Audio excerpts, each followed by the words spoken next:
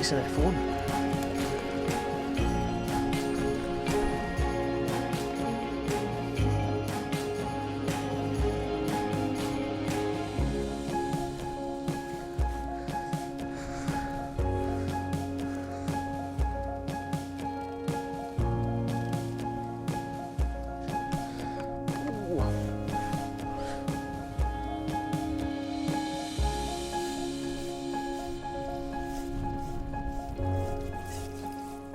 Or is it micro perch?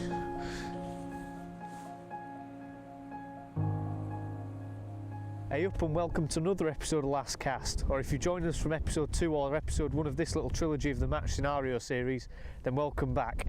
What we're doing now, we've moved on from the pellet fishing that we were doing short in episode 2, so if you've not seen that yet, check that out. It'll be in the link somewhere. We're now going to move on to margin fishing. As I say, in a 6-hour session we've divided it into 2-hour stints. First of all, we covered fishing chopworm and caster up to the island. Secondly, we did pellets for the second sort of 2-hour stint, short at about 6 metres, and we caught well on both of those lines. And now we're coming to the last 2 hours of the 6-hour session. We're going to look down the edge as you would usually in a match scenario anyway. So what we're going to do now is crack on with that. I'll quickly run through the bait though that I've chosen to fish down there and explain what I'm doing. I've decided to fish about 10.5 metres down the bank where there's actually an empty peg and the wind's blowing into that corner, so it's perfect for a few fish. There's a few reeds down there and plenty of scums blown into the corner as well, so it should hold quite a few decent carp if we're lucky. But equally, I don't want to go overfilling the peg sort of with really stodgy ground baits and plenty of sort of particles like meat and corn, things like that, in line with what I've already done sort of for the previous 2 sort of lines that I've fished. Is I've sort of toned everything down because of the conditions, because the temperatures are a bit lower, so the ground bait's a little bit finer than I would normally use in summer, and I'm feeding a bit less dead maggot. But it's dead simple really. All I'm feeding is dead red maggots. I'll probably put a quarter of a pot in to start off with. I've got some worms for the hook, and then on the ground bait front, as I say, it's quite a fine mix of even distribution, 50-50 of swim stim green and swim stim krill. So as you can see, a nice sort of brownish colour that should match the lake bed quite nicely. Really heavily wetted though, so it will go straight to the bottom and sink. What I have done, I wetted this up at the start of the session, which is always a good idea, and then put a lid on it so it retains the moisture in the mix. The last thing you want to do with your ground baits, especially when you're fishing down the edge, is leave them without a lid on to dry out. What you want to do is seal as much moisture into that mix as possible, so it weighs or is as heavy as it can be, and that's what we've gone for there. So a mix that isn't too rich in food content, plenty of attraction though, a few dead red maggots as holding baits, and as I say, we'll present either a bunch of dead reds or a couple of dendrobinas over the top. The rig that I'm going to use to fish this line is dead simple, as with all my margin rigs. The only difference is a nice long length of line above it. Again, the wind's blowing in, and as you can see, it's really blowing strongly today, so I've had to backshot the float, as with the other rigs that you'll see in episodes 1 and 2 of this little series. I've got 3 number 8s as backshot there on the 017 main line, double 8 elastic at the top end, so nice and strong, but equally there's a few F1s, few smaller carp in here, so I want to make sure I'm getting everything out that I do hook. The float choice is a Maver Invincible series with a line through body pattern. There's a few reeds down there, so I want to make sure I'm using a nice strong float, a short thick bristle as well. Again, just helps me to read bites, and especially in a chop like this, there's no point using a fine bristle float.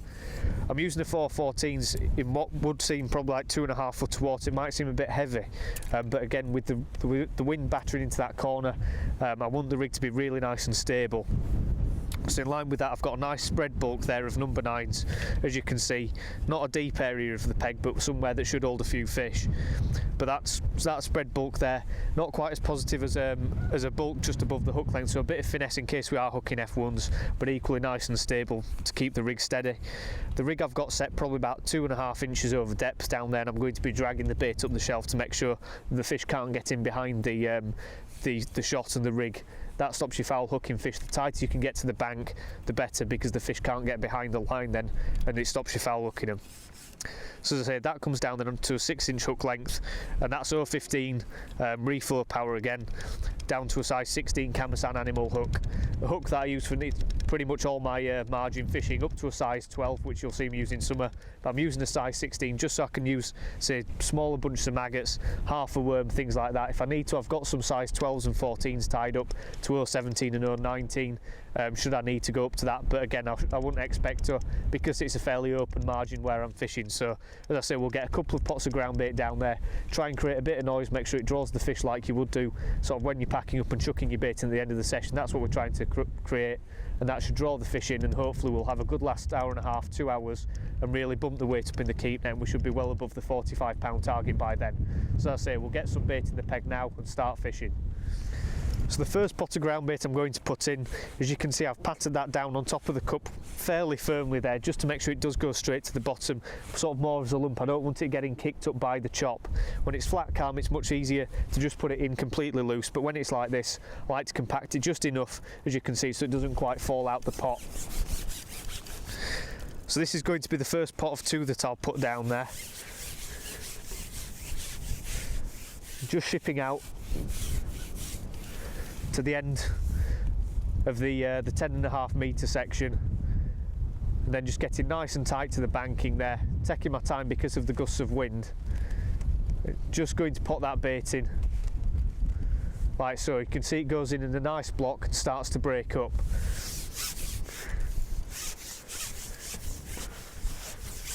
So it's a dead simple process of just repeating that.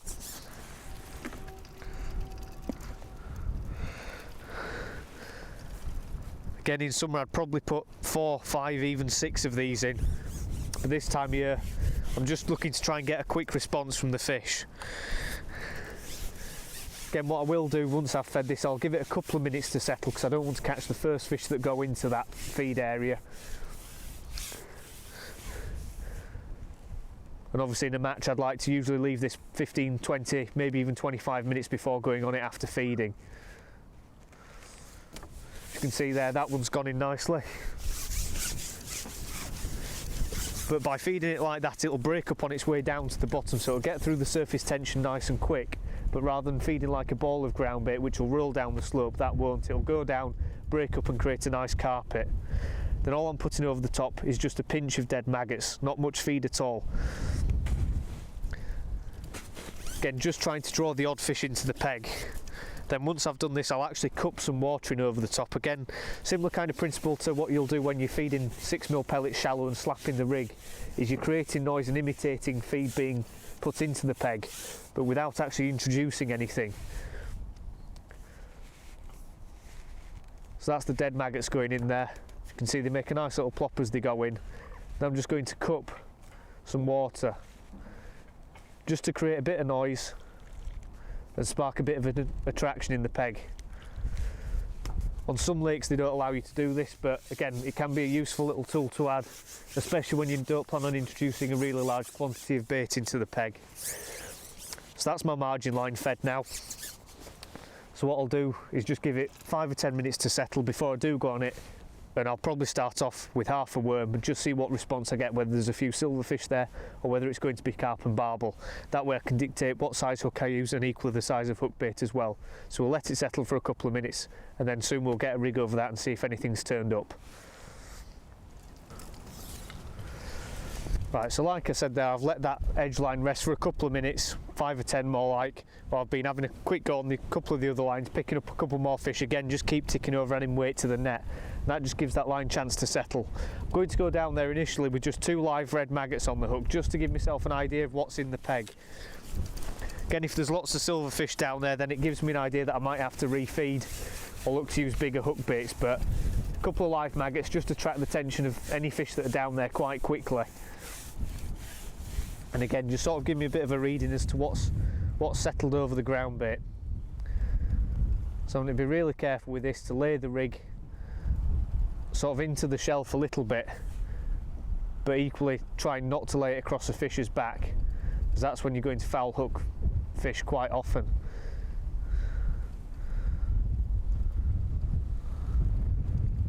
So again, straight away we've caught a small fish. That tells me that these are going to get wiped. The bait that I've put in initially might well get wiped out quite quickly. So that's a tiny little gudgeon that time. Not exactly what we're after for fishing down the edge. So if there's these kind of silverfish down there, then they're going to start eating away at the ground bait, so I could have to top that up quite regularly. So straight away I'm going to make a switch now and use most of a dendrobina. Again, still on just a little size 16. But this should just give me a chance to catch a little bit of everything.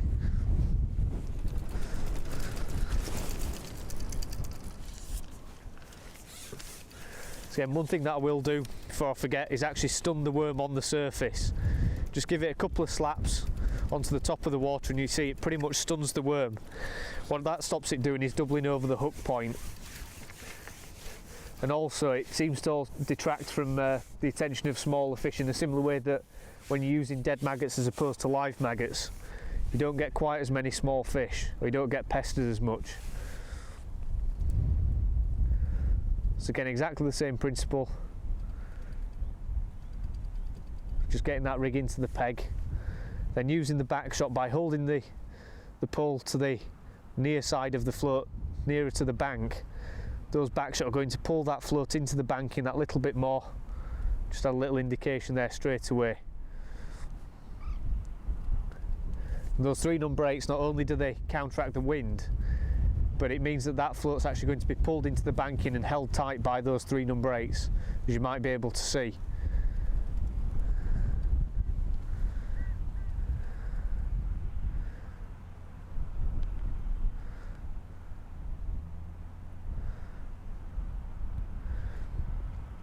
So a really useful addition on nearly all my margin rigs. Even when conditions are pretty much ideal, I will usually still backshot them, just to make sure that rig stays pinned to the banking. Unless I'm using a really short line, then backshots are the best way to do that.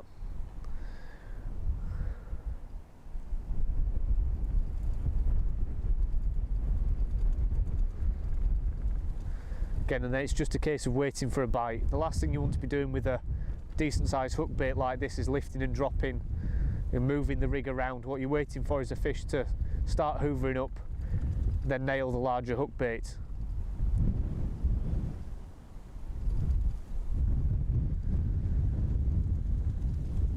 So again, as opposed to the F1s that we were catching in the middle of the lake and up against the far bank or the island, we're looking for quality fish here. So we're not after many bites or many indications, we're just after the odd bite, maybe 1 or 2 fish.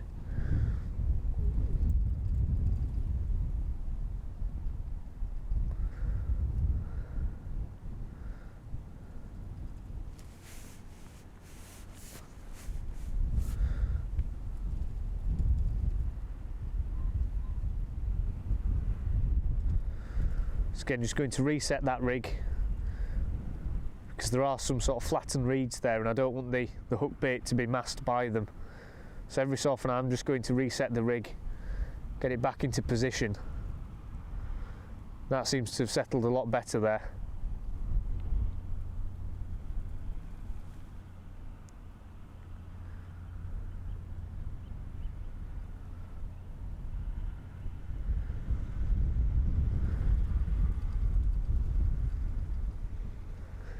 Again, it's hard to see any little indications on the float, which usually you will get when you're margin fishing, purely because of the amount of chop on the water. I can't really see any little dips or anything, so I'm leaving a decent amount of bristle still showing,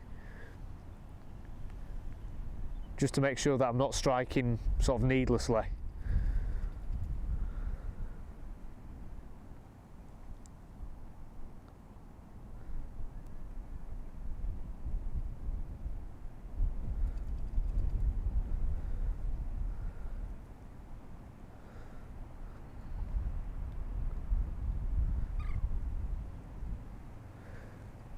That looked like a bit of a line bite then. So it is a bit difficult to tell from all this way up the bank, and there's a fish on now. Nice positive under of the float. You can see that double 8 elastic. It's tearing out the pole. This is definitely not an F1.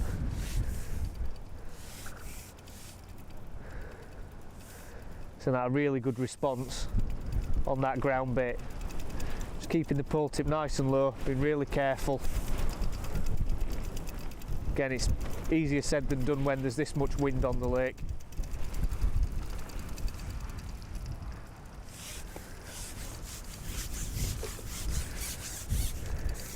And try to get back to the top kit nice and quick.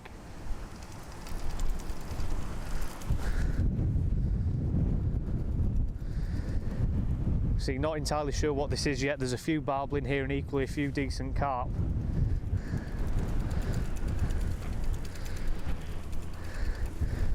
It's really fighting well, this fish, whatever it is.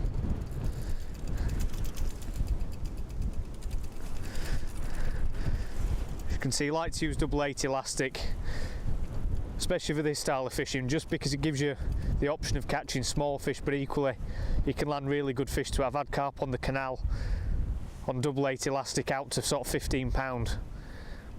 This gives me plenty of confidence in getting fish out whenever I need to. You can see the wind's really picking up now, which makes playing fish a bit of a nightmare.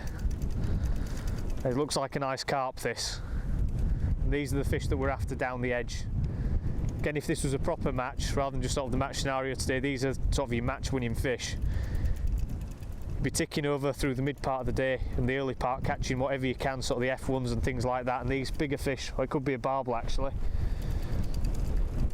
These big, yeah, it is a nice barbel, that. These bigger fish are what you're after towards the back end to try and push you ahead. That's a lovely fish. Easily a 2 or 3 pound, that one. Solid with muscle, no wonder it fought so hard. What a cracking fish to catch down the edge. So it looked like it might have been a carp when it did sort of roll there. But that's a belting fish to catch down the edge, and really quick response. Again, half and a quarter of that is down to resting the peg after you've fed it, but that's a lovely fish to catch down the margin. And the second barbel of the day overall. So that's a great little start to this episode. Right, so after that barbel there, we're going to just go in, well, I've just topped up, funnily enough, with another pot full of ground bait, topped off with a few dead maggots again. Not a massive amount of feed, especially not a lot of particles down there, but just making sure I've got a little bit more bait down there to draw the fish back in. One thing that I'll always reiterate when I am margin fishing or presenting a video on margin fishing is the fact that when those fish do exit the peg, they will tend to scatter the bait around a bit. So what you do need to do is put another bit of feed down there to get them concentrated back in as to where they were before. Exactly the same thing of stunning that worm. Let's get my other sections. Again, make sure they're on there nice and tight. And then get that rig down where the fish were feeding before.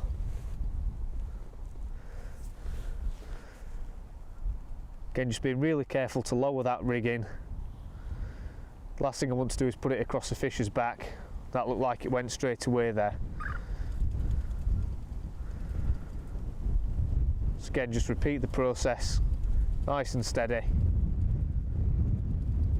which is easier said than done in this wind.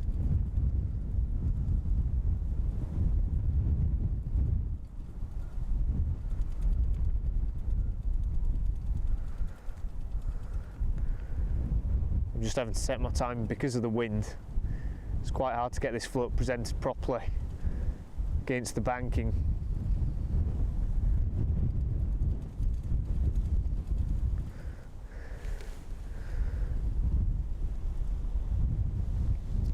Again, really is difficult, especially when the wind is tearing into the corner like it is today, but quite often that can make the peg that much stronger. Obviously a lot of the food and sort of warmer water will end up in this corner because of the wind.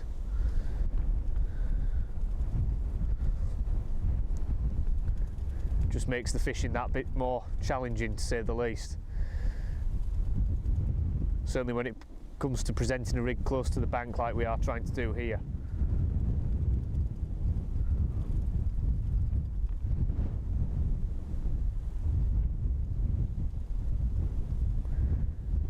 And even with the long line between pole float and tip and several backshot on there as well, it is still quite difficult to keep control of the rig.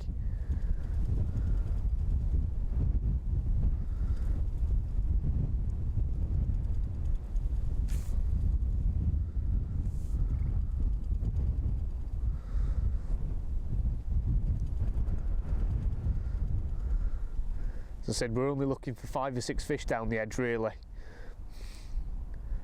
Especially this time of year when the fish don't really want to be down there that much. So that's where you've got to be careful with your feeding and choice of your baits as well. I think certainly going down the route of natural baits like we're using today, just got snagged on a reed there, is also much better than going down the route of sort of meat and corn for fishing down the edge. Again, I've got much more confidence using natural baits like dead maggots and worms than I do using hemp and corn and meat and stuff like that down the edge.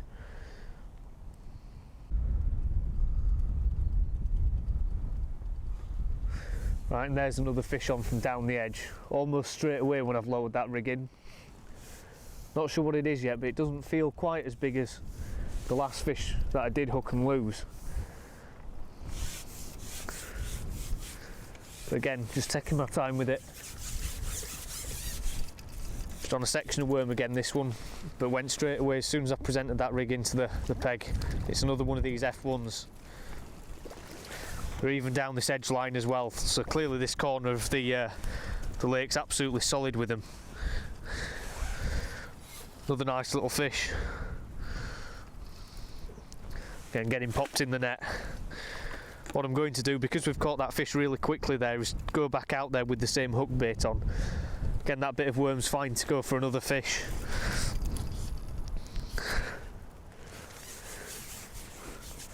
Just going to get this shipped out. Get it presented down the edge again and just see if there's a better fish down there. Again, that's a quick pound or so in the net, that one, which is no bad thing. But really the fish that we're after are sort of 2, 3, 4 pounds or bigger down this edge. As is often the case when you're margin fishing, those are the fish that you're after.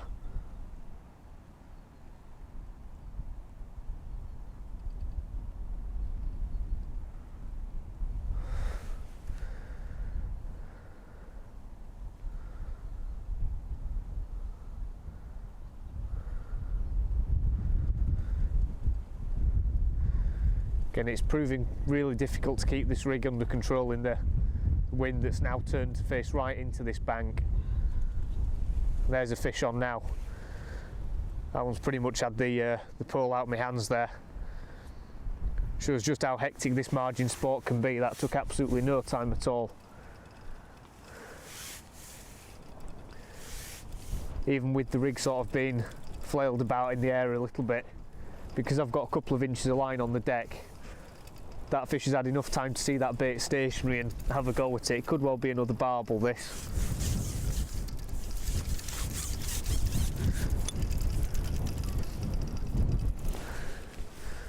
So again, getting down to the top kit as quickly as I can because of the wind.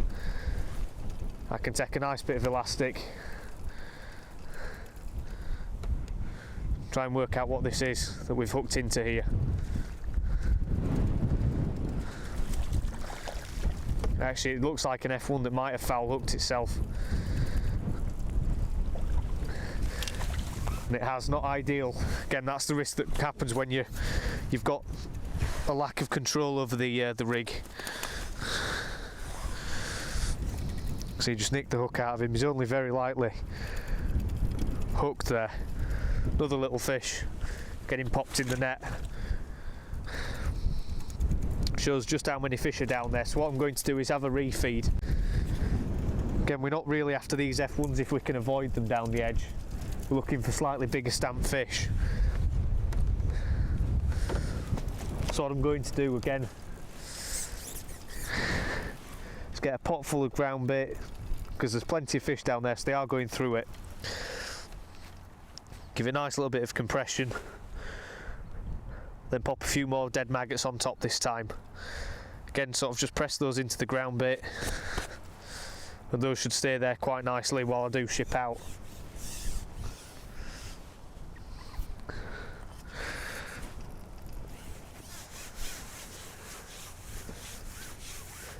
Again, it's amazing just how much bait I'm having to go through today on all the lines that I've fished. I think that's largely due to the amount of F1s that are in the peg, making everything compete and everything's having to feed to keep up with them.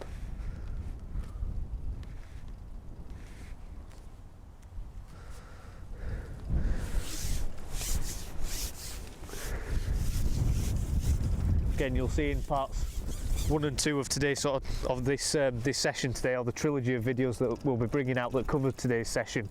You'll see just how many fish we've caught on each line, but equally just how many F1s there have been on each of those 2 previous lines that we've been fishing. I definitely think it is due to the wind that's pushed a lot of these fish down here. Really is incredible just how many F1s have been in the peg. So there's plenty of barbel and proper carp to go at in this lake, so I've heard. As I say, I've only fished it once before, but today it just seems like the peg's been absolutely solid with F1s.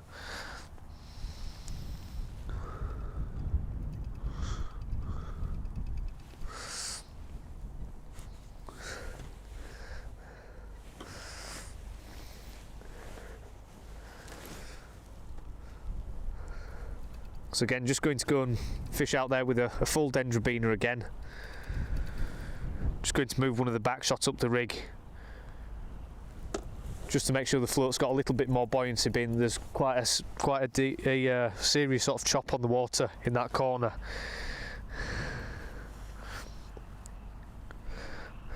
As I have done with the previous fish, I'm just nicking the end off the worm, just to let a bit of the scent out.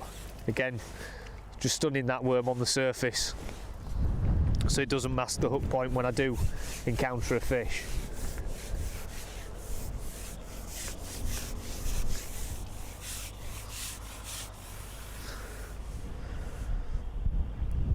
It's just a case of repeating this process and trying to rack up as many pounds in the net as possible.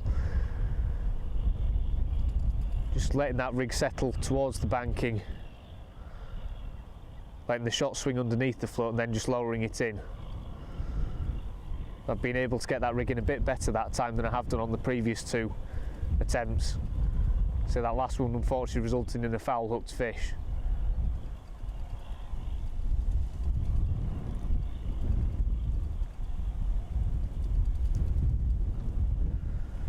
But again, it's just one of those risks when you are fishing in a wind like this. It's almost impossible to keep the pole tip still.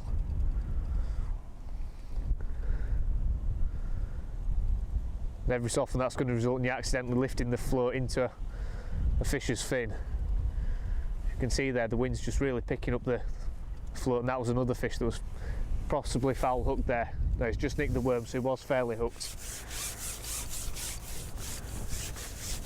There's no shortage of fish down there, so it shows that the mix that I've picked today, the ground bait mix, has been correct for the peg, because it's almost an instant response off each fish. So we'll get another worm on and have another go down that edge. Right, so we've got another dendrobina on the hook now, but the margin fishing's not been as productive as we'd have liked. So we're pretty much getting towards sort of like the 2 hour, the end of the 2 hour stint that we've got on this method, and equally towards the end of the 6 hour session in total. So we'll try and get a couple of fish to end on and have a bit of a recap as to what we've done with the margin fishing as well as with the other 2 methods that we've employed today. Again, the margin fishing's been really difficult because of the amount of wind that's been blowing into the peg. It's also what's made the fishing so good there in terms of the amount of fish, but it's made rig presentation really difficult, and equally the feed's been spread around the peg not only by the fish but also by the wind. So we've had a couple of foul hooked fish, and that will soon start to spook the shoal of fish that's settled over the area, and obviously when they bolt off as well, they'll spread the bait out that much more, so your problems are sort of doubled by the amount of fish you do foul hook. Again, the gusts of wind blowing the rig into the bank have been a bit of a nightmare as well. But hopefully with the few fish that we've caught on this method, coupled with the bulk of the fish that we've had off the pellet line down the track, and also the chopworm and caster across, we should be well on course for that 45 pound target.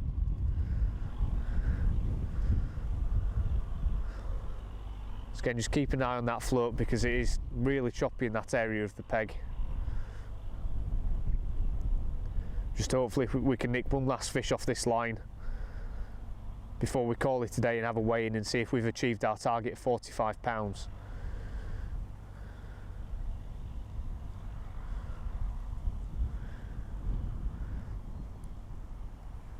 Again, we've not been able to do a great deal with the margin fishing again because of the conditions today. Really had to sort of knuckle down and try and work for every fish that we've caught, which isn't ideal, because obviously on other days, especially when the wind isn't as bad as this, could have gone into a lot more detail with regards to what we're doing, but sort of the basics of margin fishing are very simple with regards to where you're putting your feed and the rigs that you use as well.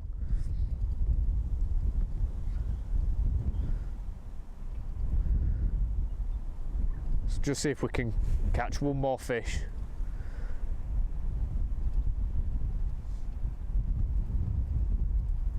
Again, it is a case of it being easier said than done on a day like today.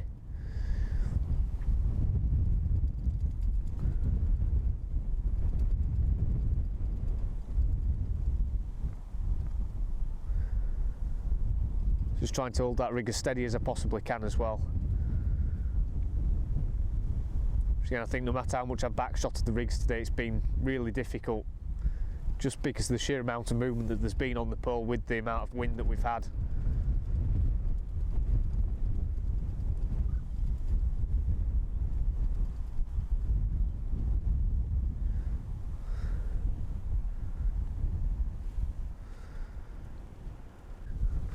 Right, there we go. Just hooked a fish down the edge now. Little bite on the pole float. Doesn't seem like it's going to be a big fish, probably another F1. But I think we'll have to call this the last one of the session. As I said, the end of the 6 hours is coming up. So we'll just try and get this one in the net before we weigh in. So unfortunately the margin fishing's not been prolific again. That's purely down to the conditions. It's been an absolute nightmare trying to present a bait to them.